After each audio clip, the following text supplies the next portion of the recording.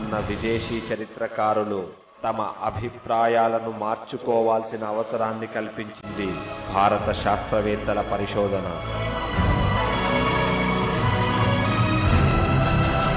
మహాభారతం ప్రకారం గోమతి నది అరేబియా సముద్రంలో కలిసే ప్రాంతంలో ఓ అద్భుత నగరం ఉండేది.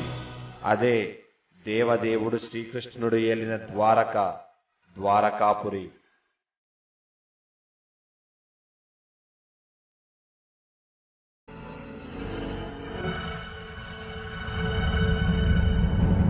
మన ఆధ్యాత్మికతలోని వాస్తవికతకు, భరతఖండపు అపూర్వ నాగరికతకు ప్రతిరూపంగా మిగిలిన ఏకైక సాంస్కృతిక చిహ్నం.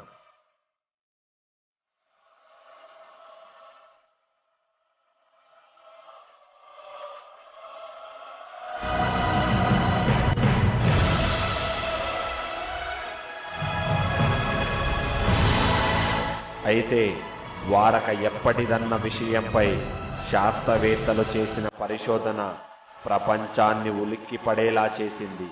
చరిత్రను తిరిగి రాయాల్సిన అవసరం కల్పించింది.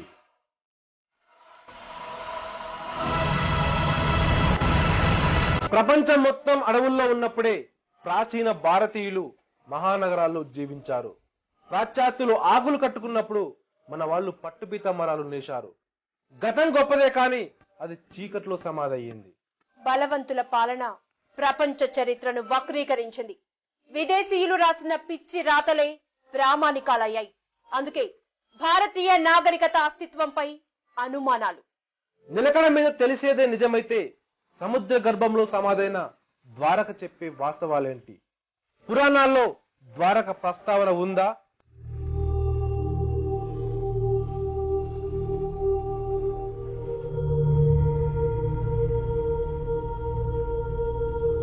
గతం గతః, కానీ గడచిన కాలాన్ని వర్తమానానికి అందించి భవిష్యత్తు కోసం పదిలం చేసే వ్యవస్థ మానవ పరిణామ క్రమంలో మొదట్లో లేదు. మనిషి బలహీనుడన్న నిజాన్ని చెప్పేందుకు పదే పదే విరుచుకుపడ్డ ప్రకృతి ప్రళయాలు అతడి ఘన విజయాలను మట్టిలో కప్పేశాయి. అందుకే ద్వారక లాంటి అద్భుత నాగరికత వేలాది సంవత్సరాలుగా సముద్రంలోనే ఉండిపోయింది.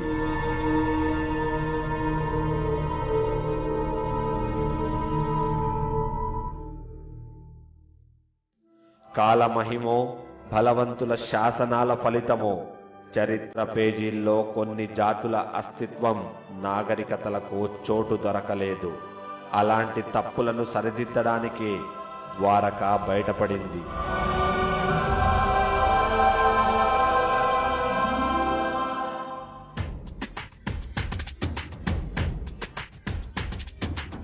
మానవ నాగరికత మొదలైంది ఎక్కడా అంటే సుమేరియన్, హరప్పా, ఈజిప్టులో దొరికిన పురాతన ఆనవాళ్లను చూపిస్తుంది ప్రపంచం. కానీ అదంతా ద్వారక బయటపడక ముందు విషయం. ఎందుకంటే ద్వారకలో నాగరికత పురుడు పోసుకున్నప్పుడు సుమేరియన్, హరప్పా, ఈజిప్టులలో మనిషన్న జీవే లేదు.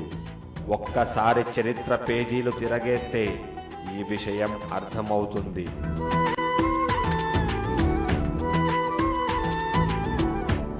సుమేరియన్, మెసపటోమియా నాగరికత క్రీస్తు పూర్వం 5000 సంవత్సరాల నాటిదే. ప్రపంచ చరిత్రకారులంతా వేసుకున్న లెక్కలు, రాసుకున్న పుస్తకాలన్నింటినీ మార్చాల్సిందే.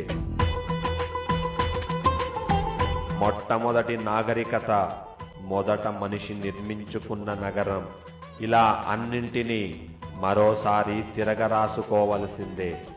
ఎందుకంటే క్రీస్తు పూర్వం 5000 సంవత్సరానికి ముందు వీటిలో ఏ ఒక్క పరిణామం జరగలేదు. కానీ అంతకు ముందే అద్భుతమైన జీవన విధానంతో ద్వారక వర్ధిల్లింది.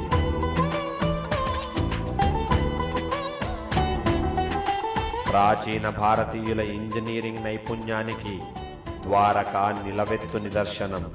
సముద్ర గర్భంలో పరిశోధించిన శాస్త్రవేత్తలకు మట్టి, ఇనుములతో చేసిన పాత్రలు లభించాయి. అంతేకాదు అద్భుతంగా చెక్కిన శిల్పాలు, రాజముద్రికలు కనిపించాయి.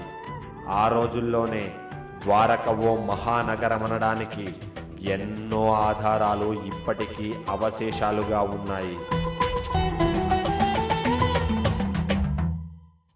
ఓడరేవుతో పాటు నగరానికి రక్షణగా కిలోమీటర్ల పొడవునా నిర్మించిన మట్టి గోడ ఇంకా చెక్కు చెదరకుండా ఉంది. మాస్టర్ ప్లాన్ అంటూ ఇప్పుడు హడావిడి చేస్తున్న మన ప్రభుత్వాల కంటే ముందే ద్వారకలో పర్ఫెక్ట్ ప్లానింగ్తో ఇళ్లు నిర్మించారు. భారీ గోడౌన్లు, పార్కులు, విశాలమైన రోడ్లు, మైదానాలు, ఆడిటోరియంతో పాటు వ్యాపార సముదాయాలు అన్నీ పురాతన ద్వారకలో ఉండేవన్న సంగతి అక్కడి శిథిలాలను చూస్తే అర్థమవుతుంది. ద్వారకలో పురాతత్వ శాస్త్రవేత్తలకు ఎన్నో అపురూప వస్తువులు దొరికాయి. జరాసంధుడి దండయాత్రల వల్ల ద్వారక వాసులందరికీ అధికారిక రాజముద్రికలు పంపిణీ చేశారు. 3 తలలున్న జంతువు బొమ్మతో ఉన్న ఆ ముద్రికలు శాస్త్రవేత్తలకు కనిపించాయి. హరివంశంలో శిశుపాల వధలో, సుధామచరితంలో, శ్రీమద్ భాగవతంలో, స్కంద పురాణంలో, విష్ణు పురాణంలో ద్వారకా నగర వివరణలు, కట్టడాలను కవులు వర్ణించారు. ద్వారకా నగరం ఉత్తరాన శంఖోద్ధర వరకు, దక్షిణాన ఒకమది వరకు, తూర్పున పిందాత వరకు విస్తరించి ఉందని మహాభారతంలో ఉంది. ఇంతేకాదు, శంఖోద్ధరకు తూర్పున 40 మీటర్ల ఎత్తైన రాయివటక పర్వతం ఉంది. ప్రస్తుత ద్వారకకు తూర్పున ఉన్న పర్వతమే మహాభారతంలో చెప్పిన రాయివటిక అని చాలా మంది నమ్ముతారు. మహాభారతంతో పాటు కౌటిల్యుడి అర్థశాస్త్రంలో దుర్గ విధాన, దుర్గ నివేశ ప్రకరణంలో ద్వారక వైశాల్యం, ఆర్కిటెక్చర్ వివరాలున్నాయి. పురాణాలు చెప్పాయి, సముద్ర గర్భంలోని శిథిలాలు ఆధారాలు చూపించాయి. అయినా భారతీయ నాగరికత గొప్పదనాన్ని, అస్తిత్వాన్ని అంగీకరించేందుకు విదేశీయులకు మనసు రావడం లేదు. అందుకే పురాతత్వ శాస్త్రవేత్తల పరిశోధనపై ఎన్నో అనుమానాలు వస్తున్నాయి. మన పాలకులు కూడా మన చరిత్రను తెలుసుకునే ప్రయత్నాలకు గండి కొట్టారు. అందుకే ద్వారకా రహస్యం ఇంకా సముద్ర గర్భంలోనే ఉంది. కృష్ణ మాయ ఇంకా ద్వారకా పరిసరాల్లో కనిపిస్తూనే ఉంటుంది.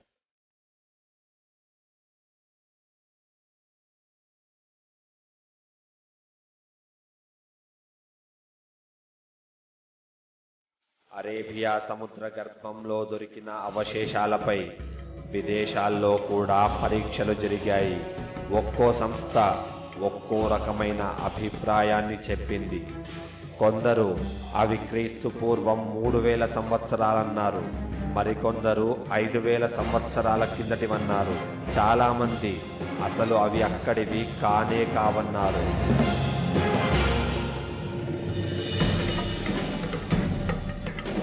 ద్వారకలో శాస్త్రవేత్తలకు దొరికిన అవశేషాలు, వస్తువులు ఏ కాలం నాటివన్న దానిపై విమర్శలొచ్చాయి.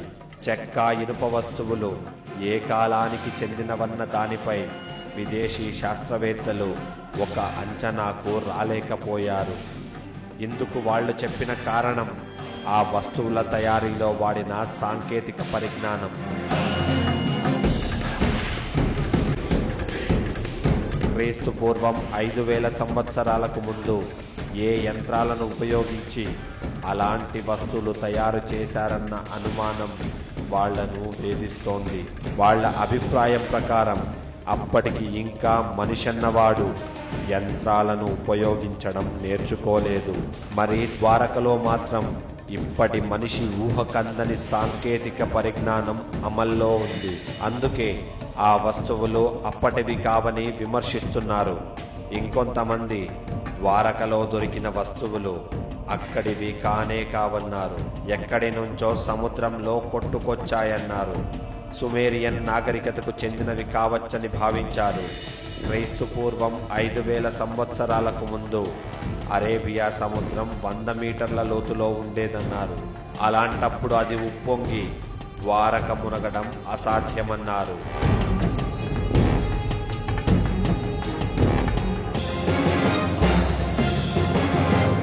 విదేశీ చరిత్రకారుల ప్రతి విమర్శలో నిజాన్ని ఒప్పుకోలేని నిస్సహాయతే కనిపిస్తుంది. భావ దారిద్ర్యంతో విదేశీ చరిత్రకారులు ద్వారక అస్తిత్వాన్ని ఒప్పుకోవడం లేదనుకోవచ్చు.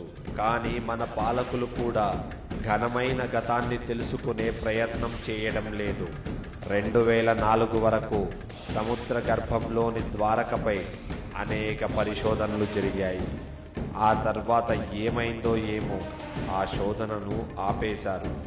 మన ప్రాచీన చరిత్రను తెలుసుకునే ప్రయత్నాలను శాశ్వతంగా నిలిపేశారు. మనిషి ఒప్పుకుంటే ఎంత, ఒప్పుకోకుంటే ఎంత, దేవుడి అస్తిత్వానికి ఆధారాలు కావాలా అంటారు ఆధ్యాత్మికవాదులు. ఎవరు ఒప్పుకున్నా ఒప్పుకోకున్నా ఒక్కటి మాత్రం నిజం, ద్వారకా కృష్ణుడి అద్భుత సృష్టి అంటారు. ఇప్పటికీ ఆ ప్రాంతంలో కృష్ణుడి మహిమలు కనిపిస్తాయంటారు.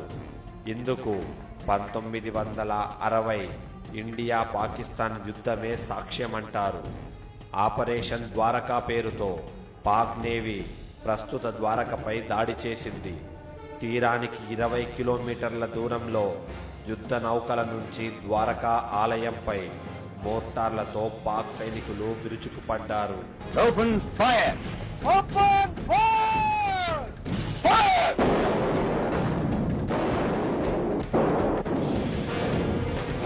20 నిమిషాల పాటు ద్వారకాధీశుడి ఆలయంపై పాక్ నేవీ అటాక్ కొనసాగింది. ద్వారక నుంచి వచ్చిన పొగను చూసి గుడి మొత్తం ధ్వంసం అయ్యిందని పాక్ సైన్యం భావించింది. కానీ అలా జరగలేదు. పాక్ సైనికులు పేల్చిన ఏ ఒక్క మందుగుండు కూడా ద్వారకలో పేలలేదు.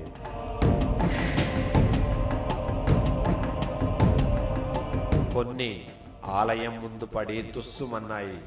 శ్రీకృష్ణుడి మహిమతోనే పాక్ సైనికుల దాడి విఫలమైందని భక్తులు నమ్ముతారు. ఎందుకంటే ద్వారకాధీశుడి ఆలయాన్ని కృష్ణుడి మనవడు వజ్రనాభుడు కట్టించాడని పురాణాల్లో ఉంది. అందుకే ఆ ఆలయం చెక్కు చెదరకుండా ఉందంటారు. మన ఘనమైన గతానికి మిగిలిన ఏకైక సాక్ష్యం ద్వారక. ద్వాపర యుగంలో అది సముద్రంలో మునిగింది. ఆధునిక పరిశోధనలు ఇదే విషయాన్ని రుజువు చేశాయి. అసలు మన పురాణాలు పుక్కిటివి కానే కాదన్న నిజాన్ని ద్వారక చెప్పింది. అంటే ఆ కాలంలో ద్వారకను పాలించిన కృష్ణుడు వాస్తవమే. కవుల కల్పన కాదు, అస్తిత్వానికి పరమాత్ముడో మహాత్ముడో పురాణ పురుషుడు ఏదైతే ఏంటి, భారతీయుల మనసుల్లో శ్రీకృష్ణుడు దేవుడు. భక్తో నమ్మకము. ఆధ్యాత్మిక ప్రపంచంలో కోట్లాది మందిని నడిపిస్తున్నది ఇదే. ఈ వారం అనంతం. వచ్చే వారం మరో అనంతంలో మళ్ళీ కలుద్దాం. Keep watching V6 News.